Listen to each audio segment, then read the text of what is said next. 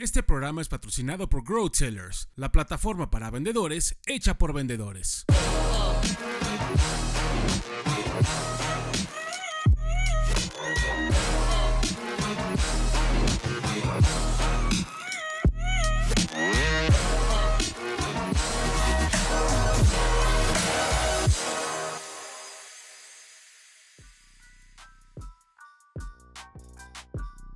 Hola amigos, ¿cómo están? Bienvenidos a un nuevo episodio de Taquitos y Negocios. Hoy con un gran amigo desde el norte del país, desde la ciudad de Monterrey, la Sultana del Norte, Eduardo Interian, el maratonista de las ventas. ¿Cómo estás, Eduardo? ¿Qué tal, Gabriel? ¿Cómo estás? Muy buenos días. La verdad, muy contento, muy agradecido de estar aquí en este espacio. Por fin se nos hizo, ya después de varias... varias platicadas ahí, WhatsApp. Varias platicadas que teníamos, pero afortunadamente soy una persona realmente muy agradecida de estar aquí contigo y compartir anécdotas e historias de este fascinante mundo que es el sector asegurador. No, al contrario, gracias a ti por darte el espacio de acompañarnos el día de hoy. Seguro ya platicamos por ahí algunas cosas, van a salir cosas bien interesantes para todas las personas que nos van a ver de México, Latinoamérica. Hemos logrado generar una audiencia interesante por Latinoamérica. Nos ven de Colombia, de Ecuador, de Perú, de Chile, Argentina. También nos ven como dirían, del otro lado del muro, hacia el norte, también nos ven por allá. Así que gracias por acompañarnos el día de hoy. Y cuéntanos un poquito, ¿cuánto tiempo llevas en el sector? ¿Llegaste por casualidad? ¿Llegaste por accidente o llegaste por convicción? ¿Cómo fue tu caso? Muy bien, fíjate que yo soy de esos casos atípicos que llegué por convicción. Okay. Ya tengo 25 años en ese sector. Yo arranqué, yo lo conocí como empleado, Gabriel. O sea, yo entré al sector asegurador por la invitación de un gran amigo que me invitó a formar parte como empleado, atendiendo un área de ventas.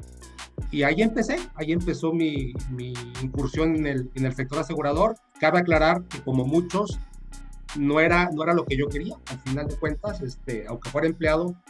Pero empezar a involucrarme y a conocerlo fue cuando ya me dio mucha sensación y muchas satisfacciones.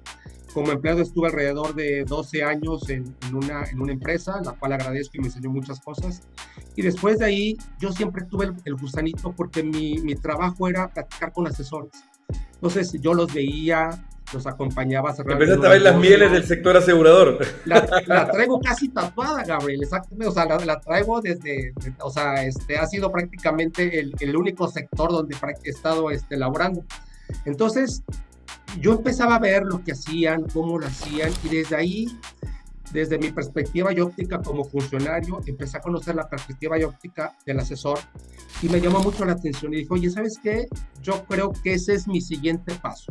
Entonces, desde el momento en que ya siembras en tu cabecita o en tu mente que vas a dar ese paso, nada más es cosa que le vayas madurando. No fue un proceso desde que lo pensé hasta que se diera, pasaron creo que cerca de 2-3 años en que lo fui preparando, lo fui haciendo, fui creando mi colchoncito, y llegó un momento donde ya decidí dar ese paso al emprendimiento, dejar de ser un funcionario de una compañía muy importante aseguradora y convertirme pues en un agente, ¿no? En un agente de seguros. ¿Cómo haces ese cambio de ese mindset de empleado a emprendedor? Yo lo converso en muchas sesiones. No nos preparan para emprender. En muchos casos, la mayoría somos de padres que fueron empleados en empresas, está perfecto, y la mentalidad era desarróllate, crece, llega a un rol y jubílate en esa empresa. Y muchos que somos de las generaciones de los 70, de los 80, empezamos a decir, oye, yo no quiero jubilarme en una empresa y quiero emprender. Pero a veces cuando emprendemos nos encontramos con estos portones porque no estamos preparados y no hay un curso de emprendimiento. Por ahí han surgido cosas académicas, pero o como dicen por ahí, otra cosa es con guitarra. Es correcto. ¿Cómo fue en tu caso ese cambio de mindset? Mira, yo creo que fue parte de ese proceso que te digo que tardó de 2 a 3 años, amigo. O sea, no fue instantáneo. O sea, fue mentalizándome. Y es donde tú empiezas a poner, por ejemplo, en mi caso, yo ponía la balanza. O sea, cuando tú estás en un nivel corporativo alto, las exigencias son muchas. O sea, te demanda mucho tiempo, tienes que estar, o sea, yo en mi caso viajaba mucho, dejaba a mi familia sola, el estrés me empezaba a agobiar, físicamente no estaba bien. Entonces, yo creo que ahí es donde empiezas a buscar ese balance y decir, oye, sí está padre ganar bien, sí está padre tener prestaciones, sí está padre que te cambien el coche cada 3 años, o sea, todo está padre, pero mi pregunta era, ¿a qué costo? ¿A cambio de qué? O sea, ¿a cambio de qué? Y dentro de mi perspectiva decía, como que esas prestaciones y todo eso están saliendo muy caras para mí en ese momento. Entonces yo creo que fue prepararme primeramente yo, pero el caso más difícil fue preparar a mi familia, diciendo, oye, ¿sabes qué? Vamos a dejar esto por esto, y donde al final, al principio, pues hubo como que un cierto rechazo, y espérame, ¿a dónde vas? O sea, si de esto vivimos y todo eso, ¿no? O sea, porque nosotros somos los que damos la seguridad, o sea, la seguridad económica en la casa, o sea, tenemos que llevar, como decimos en Monterrey, la papa a la casa, ¿no? Pero bueno, yo creo que al final de cuentas, el sentir ese apoyo de la familia fue muy importante. Entonces yo creo que aquí ya encontramos un factor muy importante, mi estimado Gabriel, es sin el apoyo de tu familia es muy difícil emprender.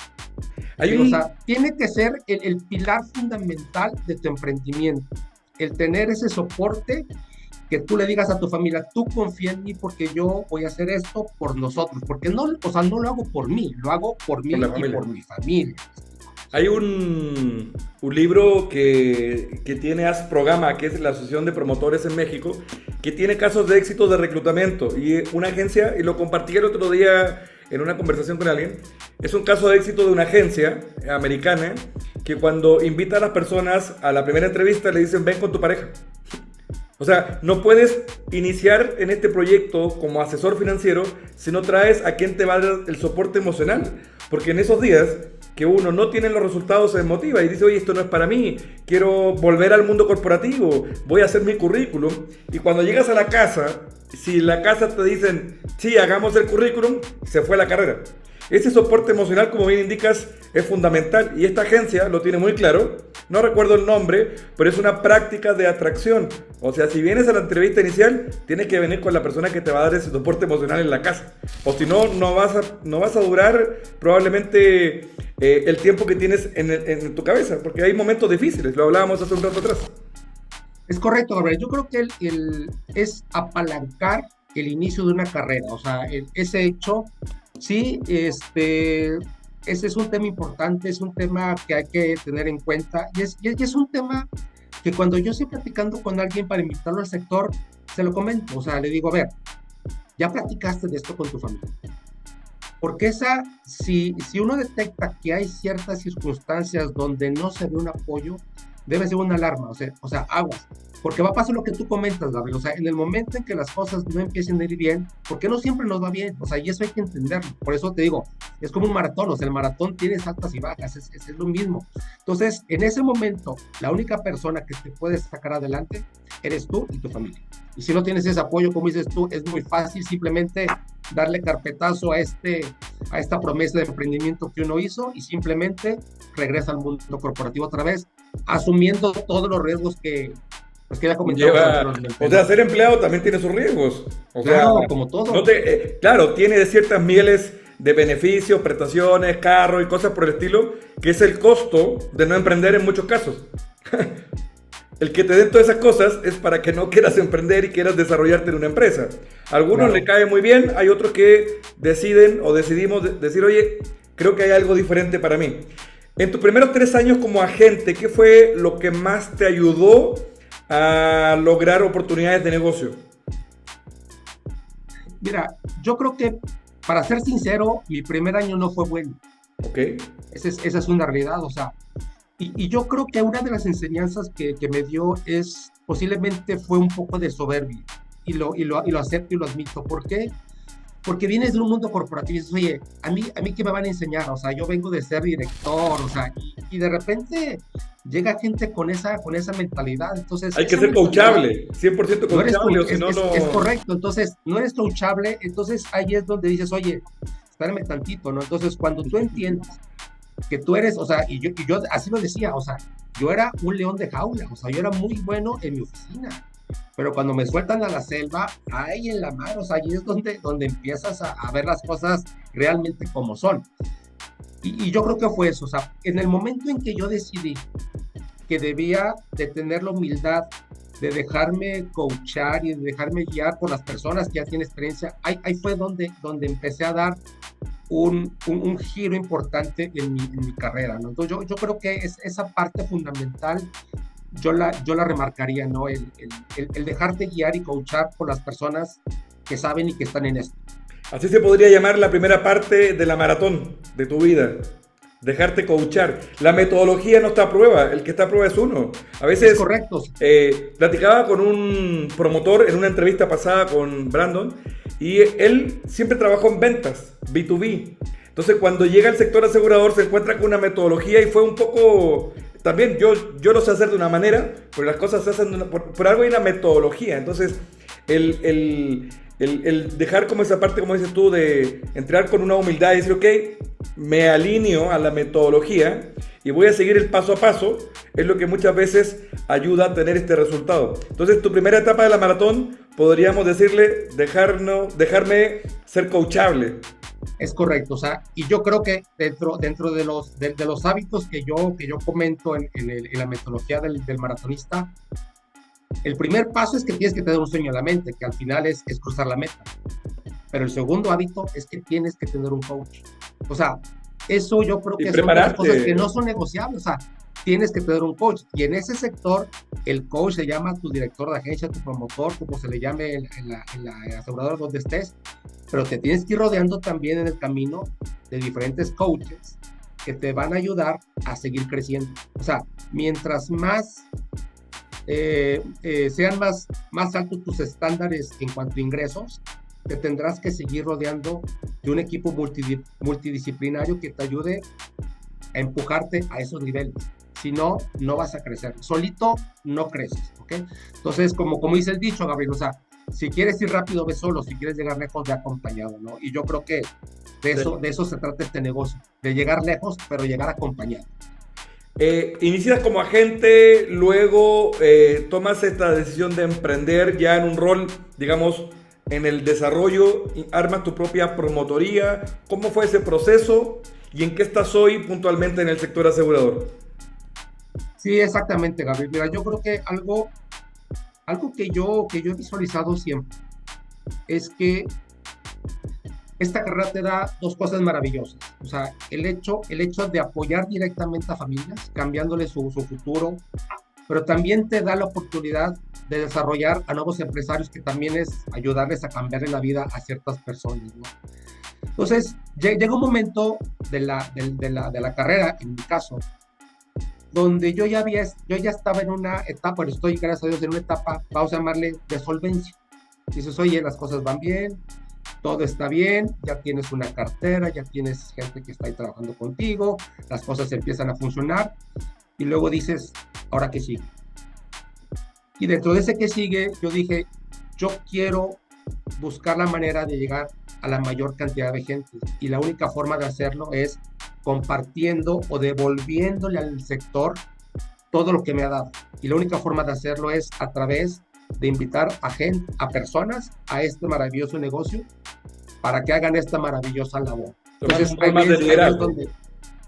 ahí es donde yo digo, vámonos a emprender ahora en la etapa de reclutar y desarrollar agentes. Ok. ¿Y hoy en qué estás? Mira, hoy estoy en un proceso, vamos a llamarle, en ambas partes. Formo parte en una sociedad de una dirección de agencia, donde tengo mis agentes, sigo desarrollando, sigo reclutando, y también no dejo la parte de la venta, ¿no? ¿Por qué? Porque al final de cuentas, el hecho de uno mantenerse activo vendiendo, también es mantenerse y enseñarle a la gente que estás desarrollando que tú también tienes que hacer esto, ¿no? Entonces es una forma de tratar de crear cierta capacidad para que la gente vea que ellos van a hacer esto en el futuro. O sea, porque yo cuando recluto a alguien, no lo recluto como agente de seguros o como asesor financiero, como asesor patrimonial. Yo le digo, tú vienes con la idea de que tú formes tu propia unidad de negocio. ¿Me explico? O sea, ya lo llevo a esa instancia, ¿sí? Okay. A esa instancia. ¿Para qué? Para que él desde el principio sepa que va a pasar por un proceso de aprender, y después de que aprenda, un proceso donde tiene que enseñar. Yo veo, y somos contactos, digamos, dentro de la plataforma LinkedIn. Entonces veo harto contenido, publicas todos los días, o sea, es sagrado, yo te veo publicando todos los días. Y dos contenidos que yo veo normalmente es la parte del emprendimiento, crear como tu propia unidad de negocio, que me parece genial, que es la parte de invitar a personas a emprender en el sector asegurador. Y también veo la parte, digamos, B2C, que es la parte más comercial, la parte de venta que tú mencionabas recién. Pero lo que destaco es que tienes como muy claro el hacia dónde vas dirigido con el contenido. Porque a veces yo veo publicaciones donde asesores, agentes, sacan una publicación y está perfecto que usen herramientas de IA para los copies, para las publicaciones, pero como que le hablan a todo el mercado. Entonces, no todo el mercado está preparado para comprar un seguro. De hecho, hoy los seguros en México, sobre todo los de salud, se convierten más en un producto de elite, con todos los temas fiscales que se van dando. Entonces, ¿cómo tú definiste como ese perfil? Yo siento que tu perfil de venta va más hacia un mercado empresarial, esta parte de hombre clave. Platícanos un poquito de eso, ¿cómo llegas a ese mercado? Si LinkedIn te funciona, digamos, para la parte de atracción y también esta parte de conectar citas con un perfil un poquito más high ticket. Ok, fíjate cómo las cosas empiezan a dar, Gabriel. Yo al principio hablaba que fui funcionario. Entonces, cuando yo fui funcionario, yo veía los temas o ventas relacionadas a pólizas grupales, ¿sí? Okay. Pólizas hacia las empresas. Perfecto. Yo no veía nada individual, yo veía pólizas grupales. Entonces, cuando yo migro a la independencia como asesor, lo primero que hago es acercarme a las empresas. A los corporativos, ¿okay? Perfecto. A los corporativos. Por el tipo de relación que traía más B2B. Exactamente, o sea, a las pymes, pequeñas y medianas empresas. Corporativos se manejan de otro nivel. Entonces, ahí fue donde yo me empezaba a acercar para poner en práctica pues mis conocimientos que yo sabía negociar, sabía diseñar planes, prestaciones para los empleados, cosas por el estilo. Entonces, pues mi relación o mi contacto pues era con los dueños, ¿okay? Pero yo estaba así, pues nada más en pólizas grupales de gastos médicos o grupales de vida, ¿okay? Y en ese momento, cuando yo dije que tenía que mencioné que tuve que tener apertura para que me fuera bien, es que una persona me dijo, oye, ¿ya le platicaste al dueño del esquema de hombre clave? Te estoy hablando de hace 13 años. Ya. Y yo, ¿qué es eso? O sea, al final, a ver, ¿qué es eso? Entonces ya me dice, no, mira, es un esquema así, y yo así como que en mi mente decía, a ver, me suena, pero no me suena. Total, el cuate me dice, ¿por qué no hacemos una cita? Y yo te ayudo ahí a conectar. Yo te ayudo y órale. Va.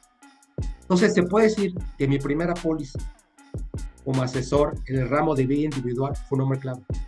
Wow. Esa póliza la cerramos, ¿no? O sea, ¿cuántas veces personas que emprenden en el sector traen un mercado muy rico de contactos y a veces se apanican, como se dice acá en México, en llamar a las personas, en ofrecer la asesoría? Al final, yo creo que lo que genera ese miedo es que se compra mucho la idea de vender seguros. Y el tema es vender soluciones. Hoy las personas no quieren comprar seguros. Las personas en la calle, las empresas, no quieren seguros. Seguros los venden en el banco, en un portal. O sea, enfócate en vender soluciones para las personas. La palabra solución conecta mucho más a nivel emocional y también como herramienta de acercamiento hacia un prospecto.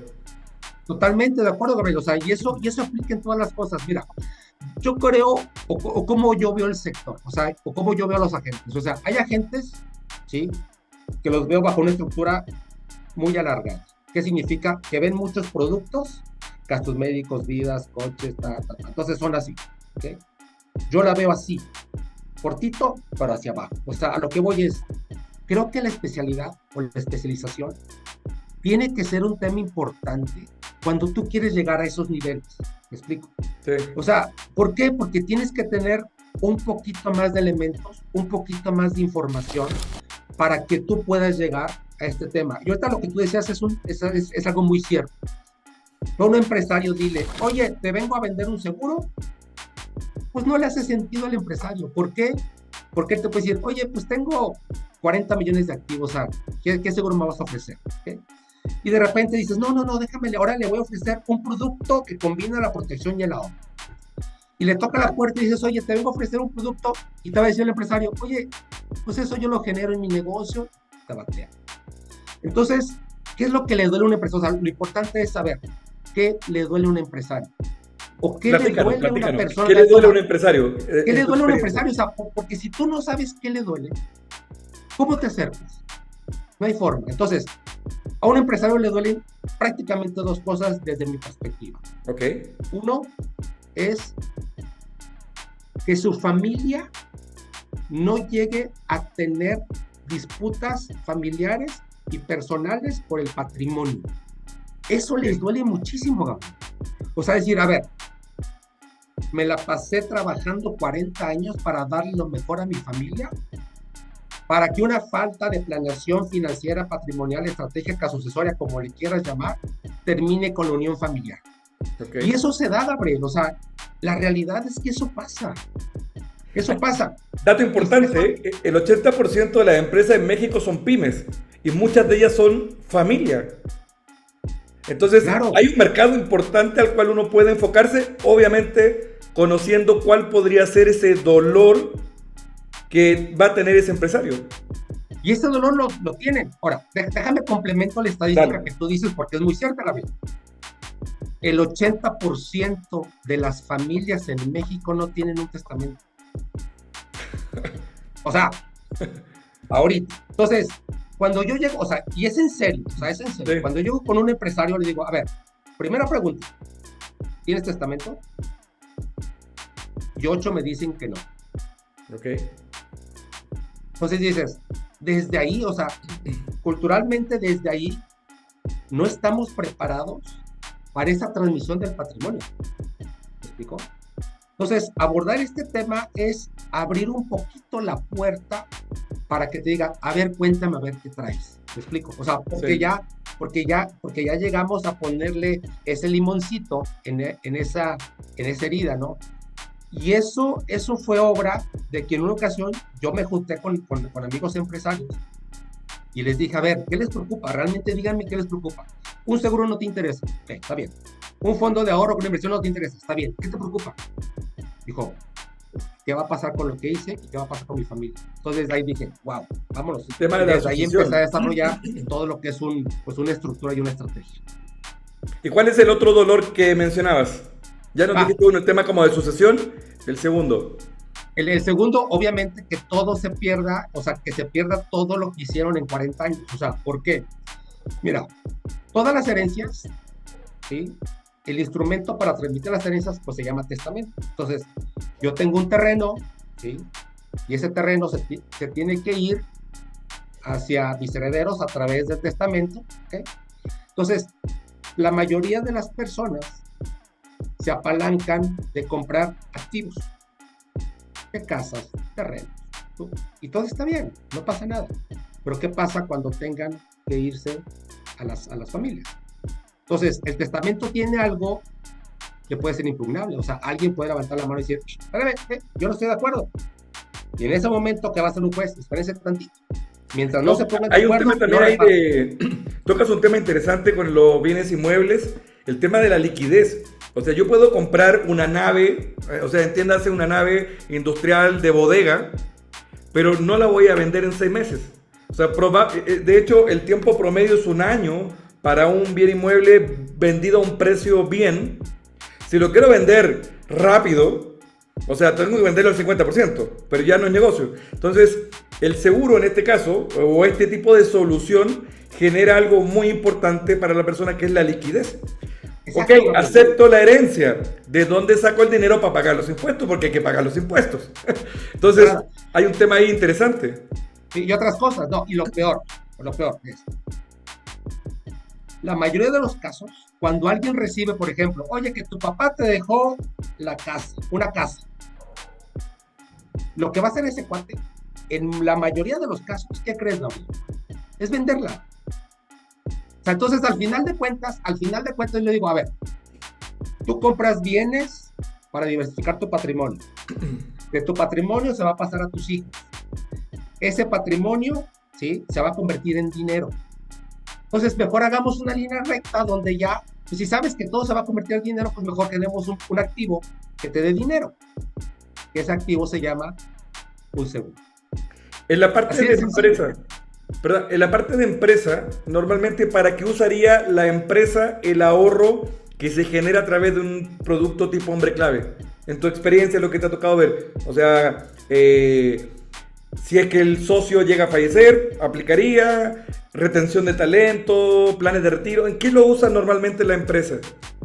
Mira, los dos principales usos que se le da o que yo le propongo que le den, el primero es para minimizar el impacto en la pérdida de utilidad que vas a tener por la ausencia de esa persona.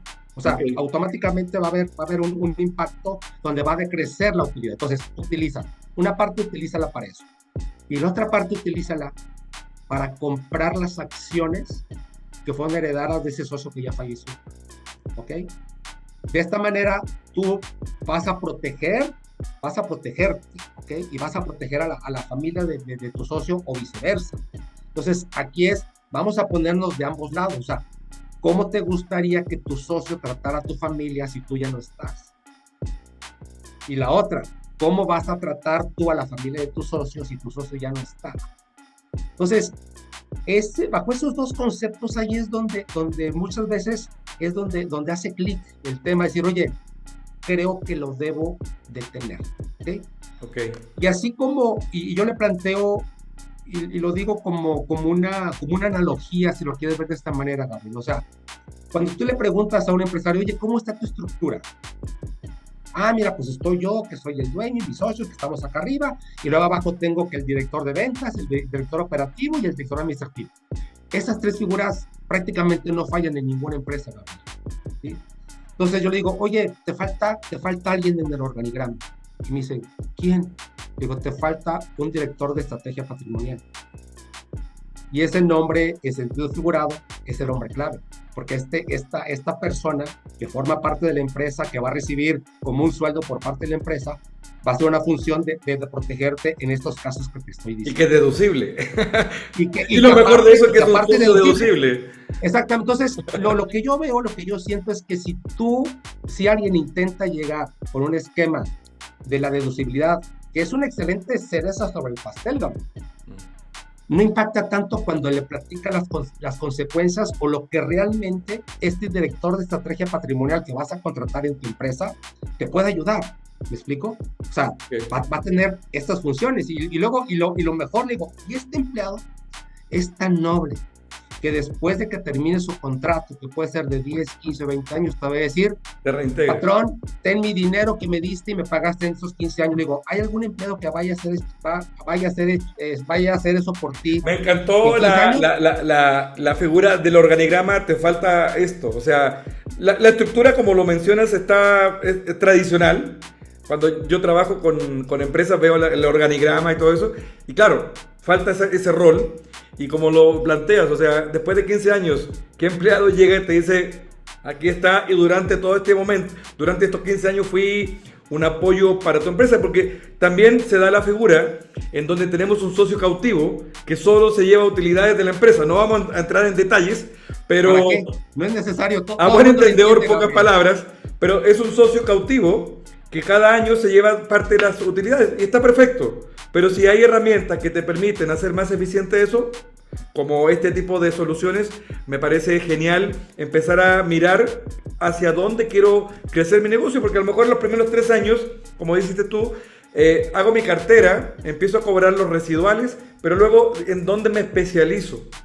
¿Hacia dónde voy a llevar mi negocio? Hoy voy a ser un experto en vida, está perfecto. Y tienes que manejar todo lo de vida y retiro. Me voy a ser experto en gastos médicos, tengo que manejar mucho ese ramo y conocer y ofrecer soluciones a los clientes. Pero cuando decides meterte en esta línea empresarial, me parece una línea interesante, porque ahí encontramos normalmente este high ticket que todos quieren buscar, pero no saben hacia dónde. Lo que te preguntaba hace un ratito, en la parte del uso de LinkedIn, ¿qué tanto te ha funcionado en estos años recluta y prospectar a través de LinkedIn? Ok, mira, LinkedIn al final de cuentas viene a ser una herramienta dentro de muchas que todo el mundo debemos de tener. O sea, viene a complementar, claro. ¿Ha salido negocio? Claro que sí.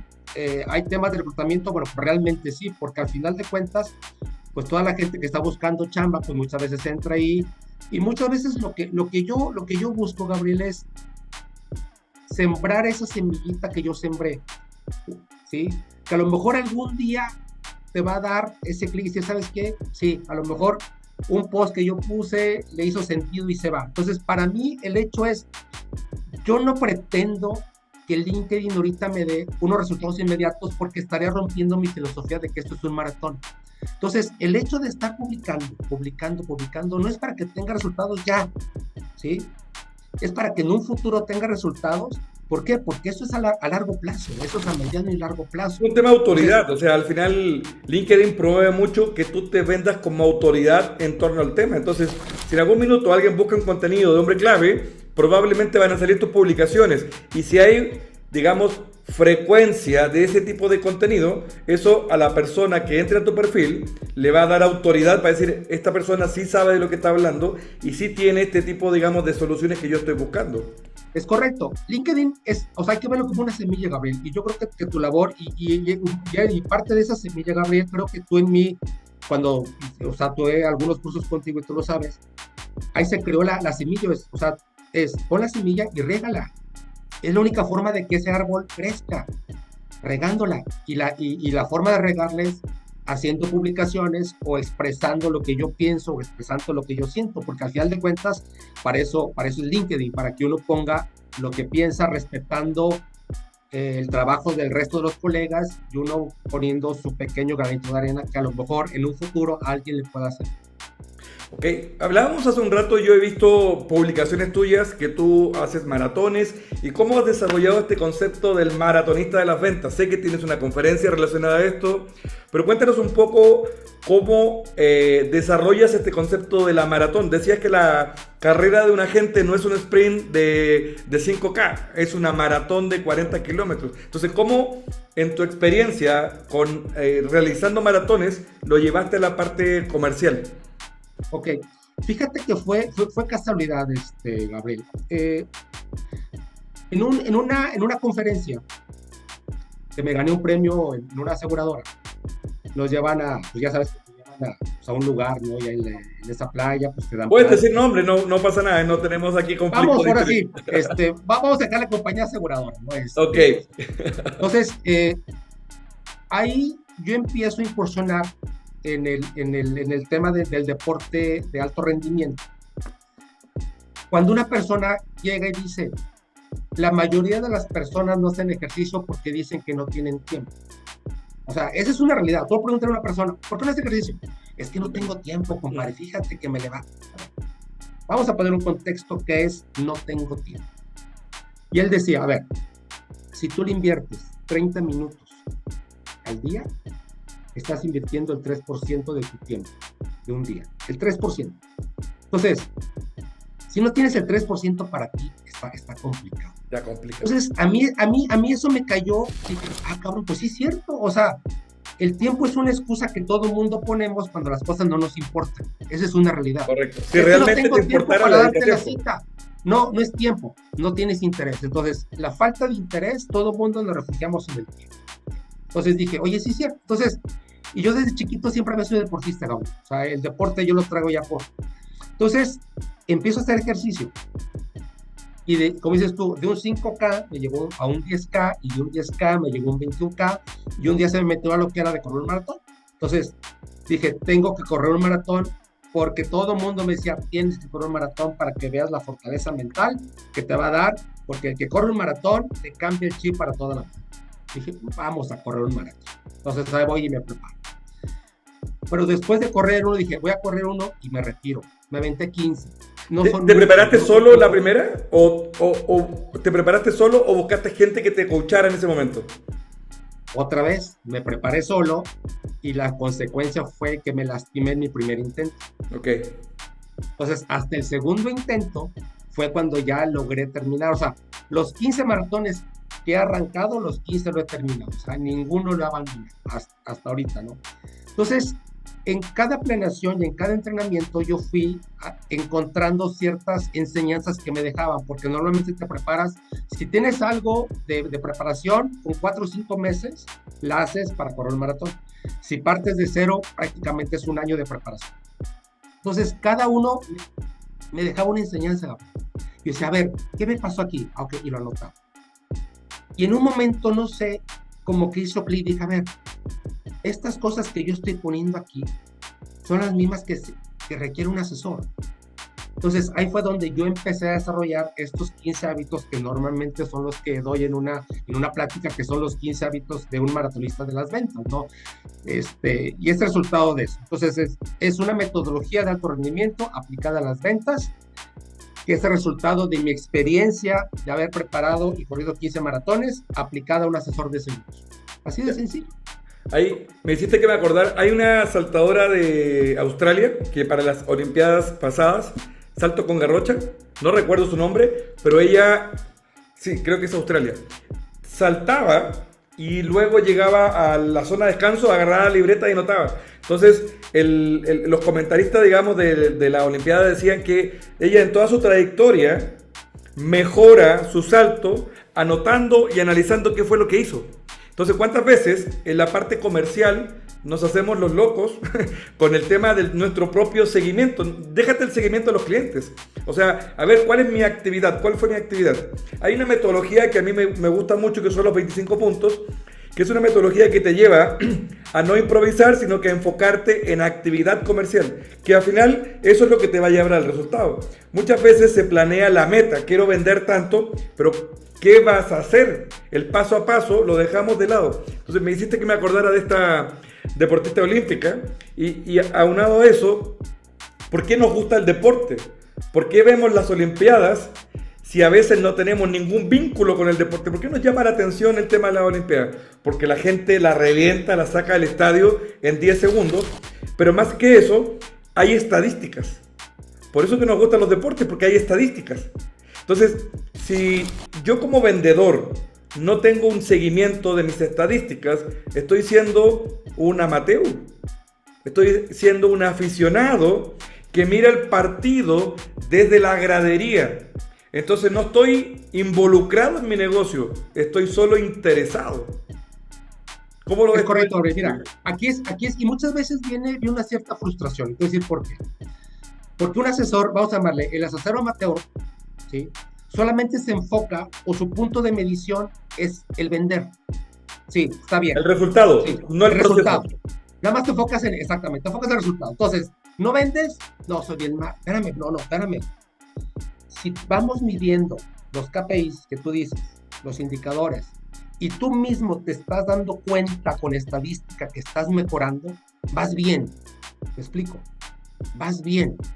Síguele. Entonces, esos pequeños, vamos a llamarle retroalimentación, de decir que vas bien, es el pequeño empujón que te debe de seguir ayudando para llegar a este meta. O sea, lo que importa es el proceso. Este proceso, o sea, yo le digo, a ver, cuando yo voy a correr un maratón, realmente ya lo voy a disfrutar. La friega fueron los 4 meses. O sea, el proceso es la parte más importante de llegar a esto, de simplemente llegar a culminar, ¿sí?, algo que tú hiciste 4 meses atrás. La meta es, con los agentes. La meta no es que pierda sentido, pero lo interesante es en quién te conviertes en el proceso. Es correcto. Tienes que incorporar hábitos alimenticios, si fuera de hábitos deportivos, decías hace un rato, involucrar personas que te van a estar acompañando en el proceso, porque correr 5K involucra cierto apoyo. Correr una maratón requiere otro tipo de estrategia. Entonces, si yo no estoy viendo eso como asesor, llevándolo a la parte comercial, ¿quiénes serían tu staff como vendedor, como agente de seguro? Tu promotor, tu gerente de desarrollo, tu equipo, digamos, si ya tienes un asistente, si tienes un equipo de marketing que te ayuda, porque no puedes hacer todo en el día a día. Entonces, claro, sí, hay que empezar a ampliar un poco la visión si quiero tener resultados y enfocarme en el proceso, no tanto, o sea, ponerme la meta, pero enfocarme en el proceso que me va a llevar a esa meta. Es correcto, Yoda. Y otra de las cosas que también he visto es, así como en un deportista debe de cuidar su alimentación, porque es parte fundamental. En un asesor es cuida tu alimentación mental, o sea, ¿qué le estás metiendo a tu mente? ¿Me explico? Sí.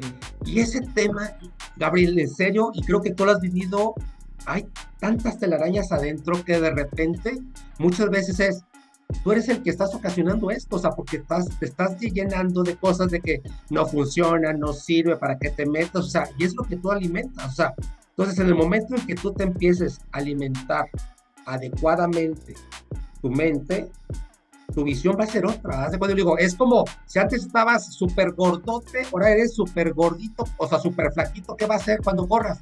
Pues te vas a sentir bien ligero. Lo mismo pasa con la mente. O sea, si tú le metes muchas cosas a tu mente positivas, adecuadas y correctas, vas a ser una persona esbelta y por consecuencia vas a dar mucho más de sí. ¿Okay? El otro día veía una entrevista de no recuerdo el nombre, pero es de sinergéticos, del concepto sinergéticos, 1 más 1 es 3. Sí. Y decía, ¿cuál es la mentira más grande que te han contado? Y él decía, que es difícil. Esa es la mentira más grande que le han dicho, que es difícil.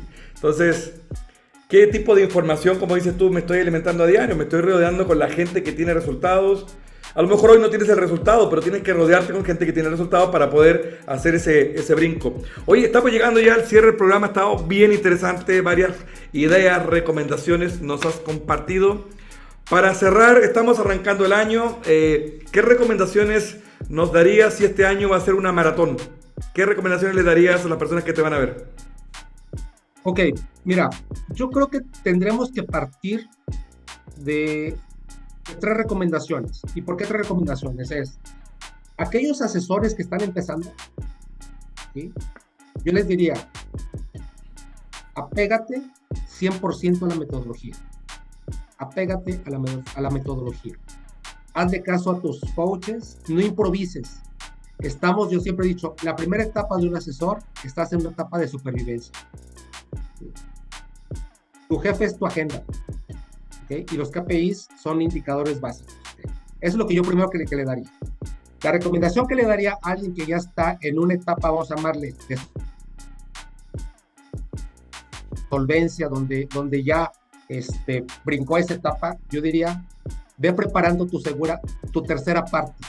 ¿Sí? O sea, ve preparando la forma en la cual le vas a regresar a este sector, lo que has aprendido, y la única forma de hacerlo es incorporando a más sectores. ¿Sí? A más personas a este sector. ¿Sí?